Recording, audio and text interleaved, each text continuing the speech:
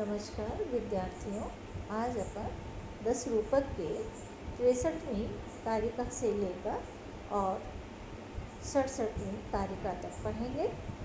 यहाँ आचार्य धनंजय ने पुनः कथा वस्तु का विभाग करते हुए लिखा है, नाट्य धर्ममपेक्ष्यते तत्पुनः वस्तु वेदेक्ष्यते। नाट्य धर्म अपेक्ष्य, नाट्य अर्थात रूपक नाट्य की प्रकृति का निरीक्षण करके वस्तु कथा वस्तु का पुनः फिर से त्रिधा इष्यते, 3 प्रकार की मानी गई है। कथा वस्तु नाट्य धर्म की प्रकृति की अपेक्षा से या उसका निरीक्षण करके पुनः 3 प्रकार की मानी गई है। और ये 3 प्रकार किस तरह के हैं तो ये लिखते हैं, सर्वेषां नियतस्यैव श्राव्यम् अश्राव्यम् एव च। सर्वेषां सब के लिए सुनने लायक होता है। कुछ लोग इसको सुनने, सारे लोग, सर्वेषां एक तो होता है कि वो सभी के लिए श्राव्य होता है, सभी लोग उसको सुन सकते हैं, सर्वश्राव्य। और कुछ नियत श्राव्य, कुछ निश्चित लोगों, नियत लोगों के द्वारा सुनने लायक, तो उसे नियत श्राव्य कहेंगे। और अश्राव्यम, कुछ किसी भी पात्र के सुनने लायक नहीं होते हैं, अश्राव्य। तो इस तरह से यहाँ पर ये 3 प्रकार के हुए। एक तो हुआ सर्वश्राव्य, दूसरा हुआ नियत श्राव्य और तीसरा हुआ अश्राव्य।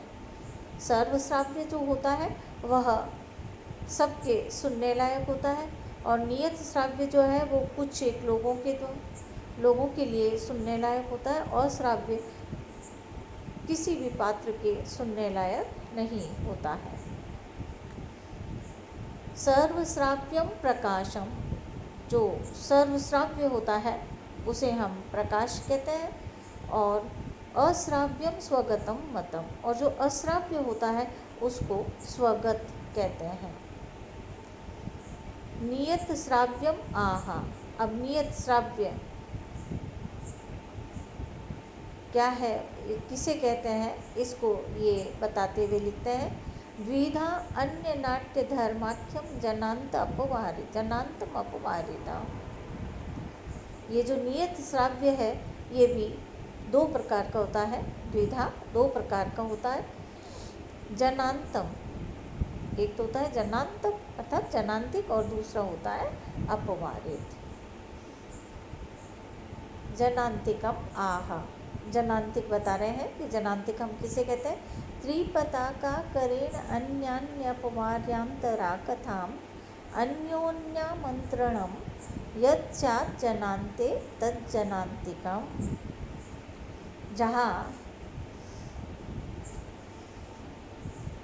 दूसरे पात्रों के विद्यमान होते हुए भी 2 पात्र अन्योन्य मंत्रणम, इस तरह मंत्रणा करे कि अपवार्य अन्य, जो दूसरों को न सुनाई देना अभिष्ट हो, तथा दूसरे पात्रों की ओर त्रिपताका करेण, त्रिपताका करके द्वारा हाथ से संकेत करके इस बात की सूचना दी जाए कि उसका वारण किया जा रहा है, तो वहाँ जनांतिक नामक नियत श्राव्य होता है। अर्थात जिस पात्र को कोई बात नहीं सुनानी हो उसकी ओर हाथ की सारी अंगुलियाँ ऊंची कर अनामिका अंगुली को टेढ़ा रखना त्रिपताका कहलाता है। ऐसे ढंग से हाथ करना त्रिपताका कर का लक्षण है। तो इस ढंग से अन्य पात्रों का अपवारण कर बातचीत करना जनांतिक है। अपवारित को बता रहे हैं, अपवारित का लक्षण दे रहे हैं, रहस्यम कथ्यते अन्यस्य परावृत्यापवारितम। जहाँ परावृत्या, मुँह को दूसरी ओर कर कोई पात्र अन्यस्य रहस्यम कथ्यते, दूसरे व्यक्ति की गुप्त बात कहता है तो उसे अपवादितम, अपवादित कहते हैं। अब यहाँ पर नाट्य धर्म के प्रसंग में आकाश भाषित का भी वर्णन कर रहे हैं कि आकाश भाषित किसे कहते हैं। किम ब्रवीष्येवम् इत्यादि विना पात्रं ब्रवीति यत् श्रुत्वा एव अनुक्तम् अप्येकस्तत् स्याद् आकाशभाषितम्।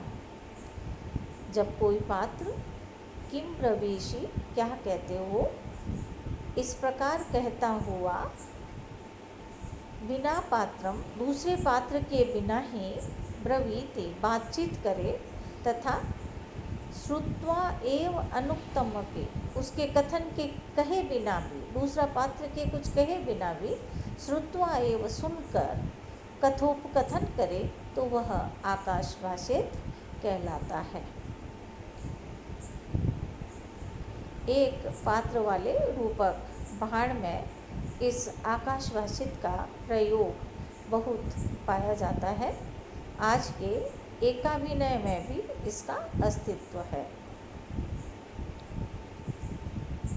कुछ लोगों ने प्रथम कल्प आदि और नाट्य धर्मों को भी माना है। वे भरत नाट्य शास्त्र के मतानुसार नहीं है तथा उनका केवल नाम ही प्रसिद्ध है तथा कुछ देश भाषा में प्रयुक्त होते हैं।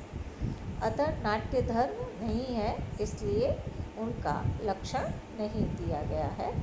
और इस प्रकार आचार्य धनंजय ने इस नाटक की कथा वस्तु का उपसंहार करते हुए लिखा है कि इस तरह कथा वस्तु के समस्त भेदों का पर्यालोचन कर तथा रामायण, महाभारत, पुराण आदि एवं बृहत कथा का अनुशीलन कर नेता तथा रस के अनुरूप सुंदर कथा को उपयुक्त और सुंदर कथोपकथन से निबद्ध करना चाहिए।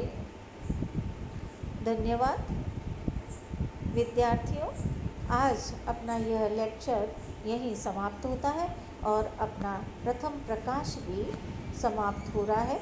अब अपन आगे उस लेक्चर में द्वितीय प्रकाश को पढ़ेंगे।